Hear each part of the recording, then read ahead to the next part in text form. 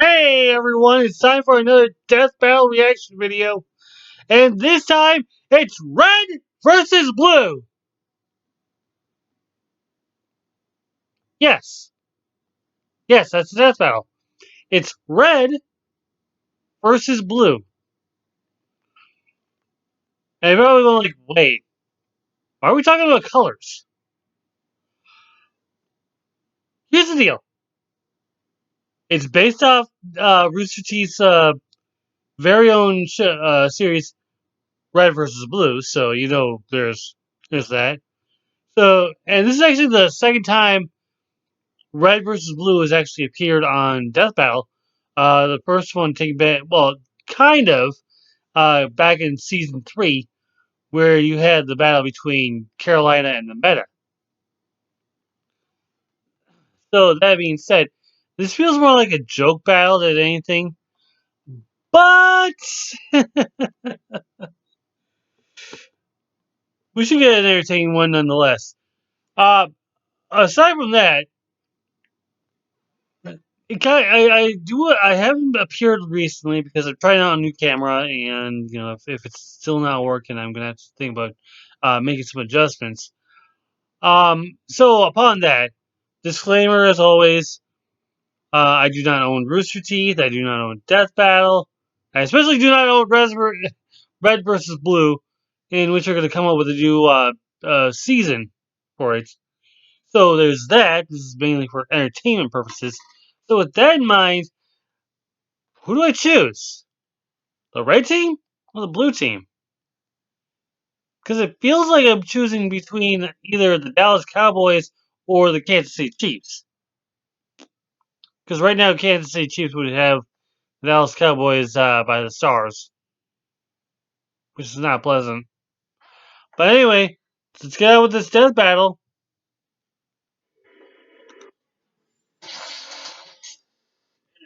Versus Tesla versus Pepsi versus Superman. You right. Nearly 2 decades or spawned epic battles like our second favorite web series, Red versus Blue. With the red team, even though most of them don't actually wear red. And the blue team, they're perpetual ocean front rivals.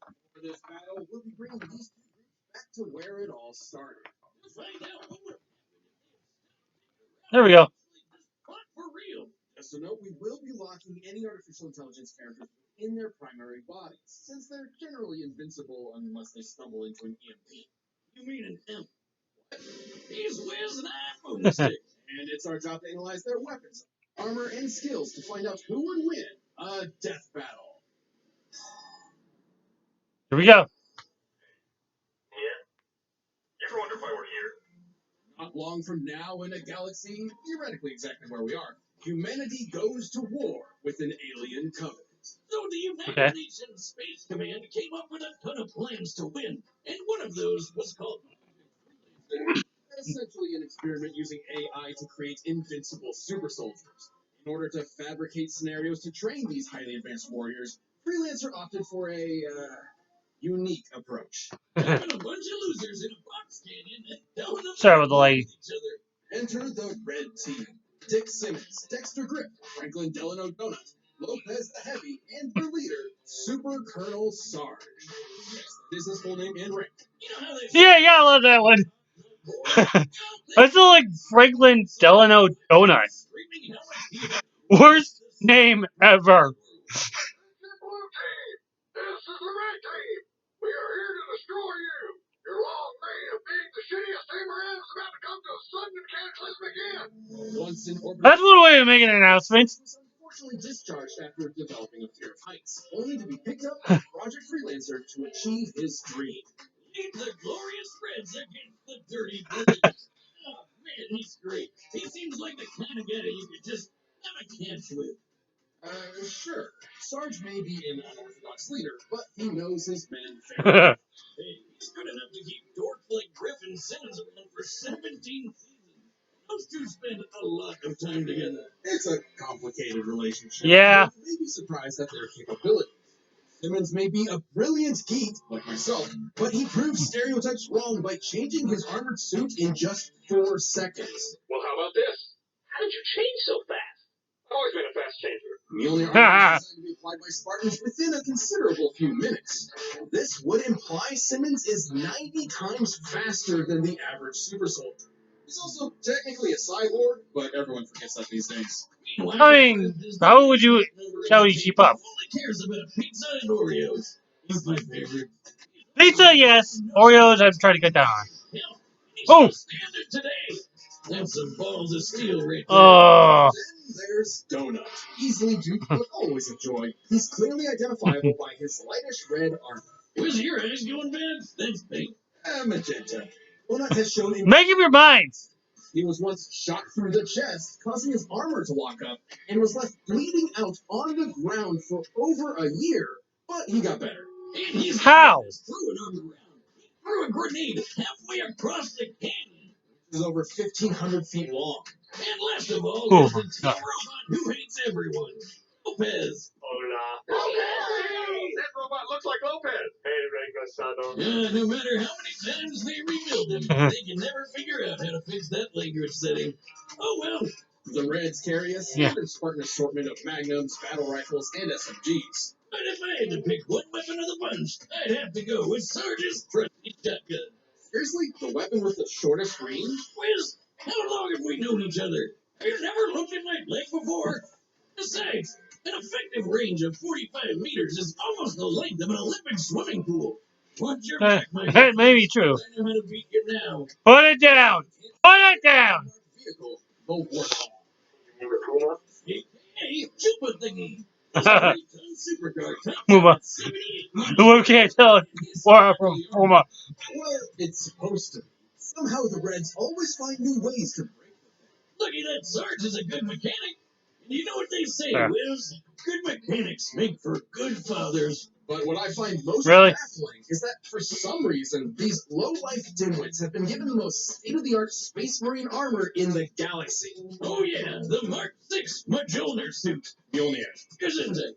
Titanium plated, energy shields, hydrostatic. This is Don 117.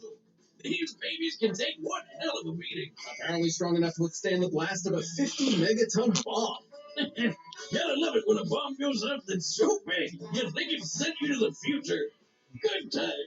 But when push came to shove, the Reds banded together to take down one of the deadliest warriors in the galaxy, the Meta. Despite all logic and reason, the two pillars I hold most dear, I am forced to admit these morons have proven to be a mind-bogglingly impressive team. It's, you know, you're better lucky than good. So there's that. Now I'll go get my car keys. All right then. Let's go. Okay. The blues. They're not just a great way to sing out all those complicated, messed up feelings you keep down about being fatherless. They're the second half of this epic. But, you know, singing blues would be perfect for this team. I'm for jazz, so. Unlike the Reds, they've suffered numerous casualties and are constantly plagued by Project Freelancer's experiments. You know how they're experimenting with AI? They can only get one, an alpha based on the project's director. It went down, and they had to hide the alpha where nobody would ever find it. Apparently, this box canyon in the middle of nowhere seemed the perfect fit. This is Blue Team. Leonard Furch, Lavernius Tucker, Agent Texas, Sheila, who is a living tank, and Caboose. After losing Caboose to a deadly allergy incident, Church reluctantly stepped up to be the Blue Team's unofficial leader. That's He's the secret alpha AI. I don't know what go figure. Special, he's a great Sheila is the sentient. Everything he does. Original name Fliss. He's a ghost. But remember that 50 megaton bomb? Church's team all survived it too, including himself, while it was inside his own body. What? Tucker wants you to think he's a ladies' man. However, after careful... There's no lady here. Well, Sheila, but... Being that his most frequent hookup is a rock. He's kind of a badass, though. He stabbed the Meta. Sure, you can hit Cyclops in the balls and held out a small army of mercenaries by himself. He even wields a kick-ass energy sword that only works for him. But for the biggest badass of the bunch, look no further than Agent Texas. Tex is an anomaly.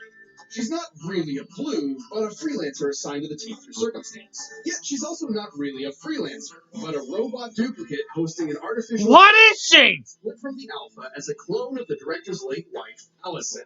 Yeah, duh, guys. How'd you not see that coming from when the show started? Unfortunately, the text... Because it was so long ago? ...based on the memory of Allison's death and the concept of failure. This means that Tex is literally programmed to fail. Now, this doesn't mean she can't win fights or that her team can't succeed on missions. It's more of a personal defect. It sure hasn't stopped her from kicking some serious ass. Tex was #1 on the freelancer leaderboard. Nice. Easily caught this giant crate and can even flip over Sheila. You know, the 66-ton tank with a mind of its own? The perfect companion for Caboose's team killing sprees. You all know Caboose, the funny fan favorite who can get you to quote everything. Oh, you be that toy. Really dumb. Hey, speak of the dummy. What else is new? Perfect timing. As this battle will be in Blood Gulch, the usual teleportation place. Whoa, where did it? Use these teleporters. Where did you build that? Varying results. Here you go. Certainly. What could go wrong? Teleportation is instantaneous. As you can see, you totally killed him. Probably. Well, a The Type 1 energy sword plasma clean blade is actually a key. It's a key? They can also deflect bullets, so there's that. Which sort of makes sense. Unlike everyone else, Church never experienced any training or combat before Blood Gulch. You know, that explains a lot. Even without specialized weapons, Blue Team has a few aces up their sleeves. Agent Tex carries an additional AI fragment, Omega. I prefer O'Malley. The fragment of the Alpha's rage. With it, she can use extra enhancement gear, such as a cloaking device. It also affects her personality, quite literally transforming her into a vicious killing machine. It can also pop out of her head and possess other people like a ghost. But remember, we're locking AIs to their bodies because that is super overpowered. Even though Tex has shown incredible feats of strength, Caboose is surprisingly even stronger. In a robot body identical to the one she used to flip Sheila, Tex was unable to lift Andy the Bomb, while Caboose could do so for extended periods of time. And Explain that. Santa, don't question it, increased gravity by 10-fold, and Caboose didn't even notice. I remember a certain Saiyan struggling to do something like that. Yeah. I guess this means Caboose is better than Goku. Stop it. Don't you dare open those floodgates. I'm kidding you, idiot. Still, Caboose was strong enough to defeat a bunch of Tex clones all at once. It's like they say, it's God's way of compensating. Unfortunately, the Blue Team has a tendency to get in way over their heads, often losing team members in the process. But somehow, some way, they always come back together. They're a good team in a weird, stupid way. Sheila, shut up. Okay. So now it's going to be time. So now it's going to be between the Reds and the Blues. Right now, I have to go with the Red team still. I mean, after all, they have the ability. Blue team has been known to lose a lot. So, well, there's that. So, doesn't really help too much. But what can you do? You're talking about two teams, Project Freelancer. Talking about this is it's kind of a joke battle, but at the same time, who actually has the better advantage? You have Sheila, a sentient tank. You also have a bunch of yahoos just going at it. I mean, Sarge is probably I would go with my MVP on Delano Donut, for that matter. But anyway, time for the death battle. So let's begin.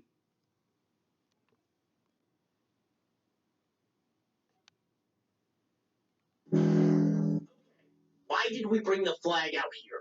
Because it's supposed to rain today. You have to remember to take your flag outside when it rains. None of that is right. What's a flag have to do with rain? Wait, do you think the flag is an umbrella? Caboose, have you ever seen an umbrella before? Yeah, that's. Oh, here comes the red team. Oh, so this is a game of capture the flag. This'll stop them. Dumbass! The teleporter never worked. Come on, let's... Wait, where's Caboose? Great work for that great weather report, boys. That's the kind of fake news I like. What fake news? Oh, here we go. Sheila's here. Oh, Sheila, the only good red is a red in bed. Caboose. Keep us stepping. On the gas, pronto. So this is turned from capture the flag into Sheila, look out for that bug. Oh, no, there's another one. Oh, these bugs out here.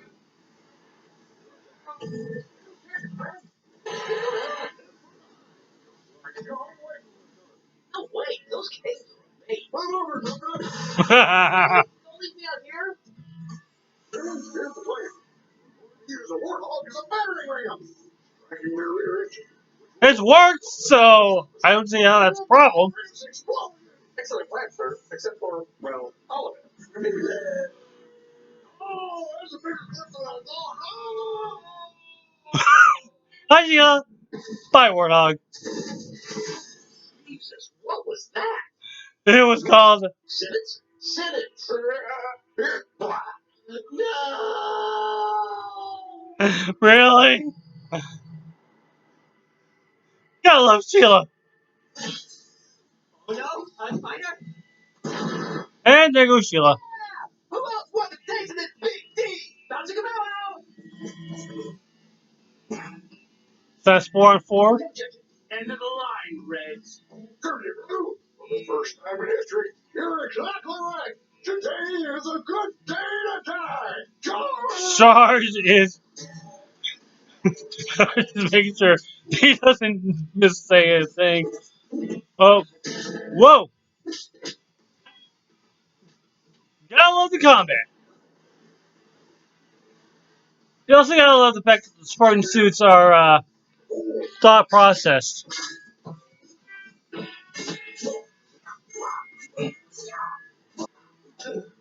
And yeah,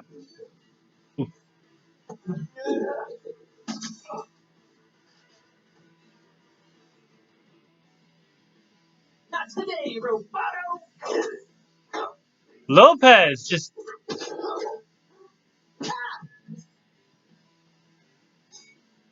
okay. Lopez is done.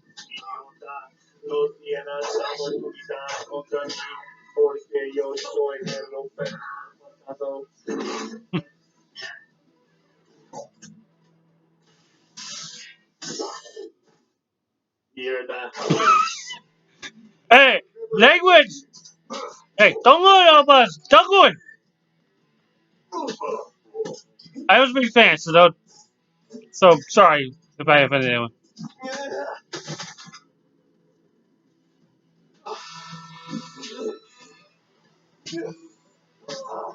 Oh, oh. Sarge just left. Guys, how do I help? Just stay there, Caboose. Oh yeah, I forgot about I want to help. donuts. You're helping. God damn it, this rifle is busted. Help has arrived. Caboose, no! Caboose!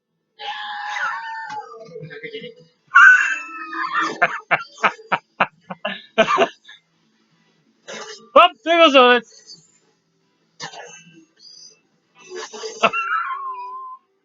This is it. Caboose and Sarge. Red versus blue. Blood versus water.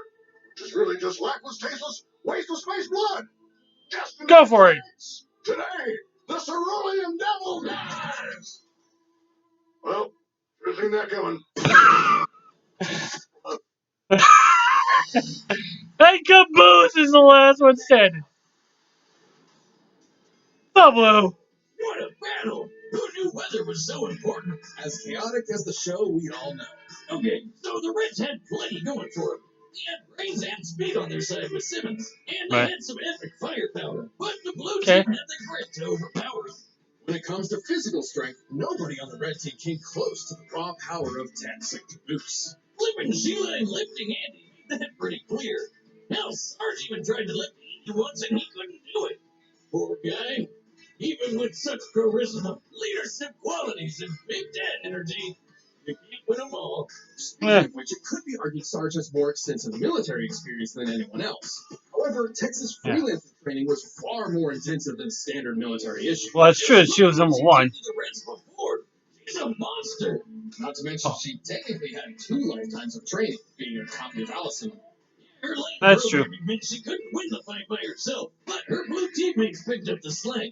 Tucker even got some freelancer training in too, thanks to Agent Washington.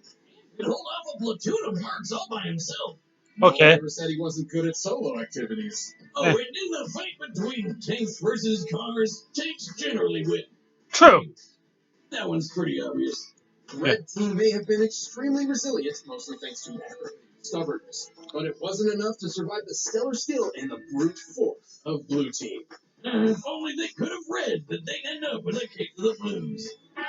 Even without releasing the obviously superior power of artificial intelligence.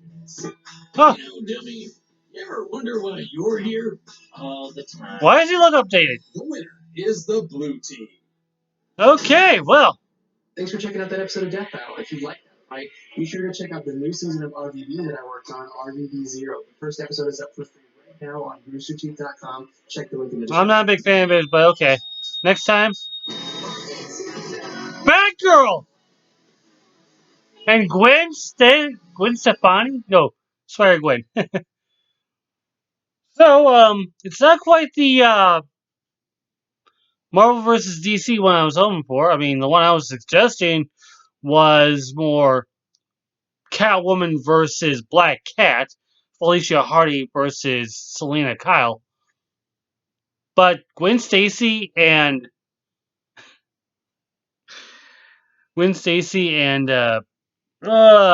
Barbara Gordon. Got it! Barbara Gordon and Gwen Stacy going at it. I'm going right away with Batgirl on that one. I mean, she's got the technology for the job. I mean, this does feel like going right back to season 1 with Batman and Spider-Man. But we're not doing guy versus guy. We're going girl versus girl. But anyway, I mean, like I said, I was never a fan of Red versus Blue. My late brother, he would have been 33 today or a couple days ago. He died 10 years ago, so it's like it hurts. It hurts. So you understand this kind of pain. But there's my blues. Hopefully you guys don't see any red. And as for me, I'm clogging out, and I'll see you guys later.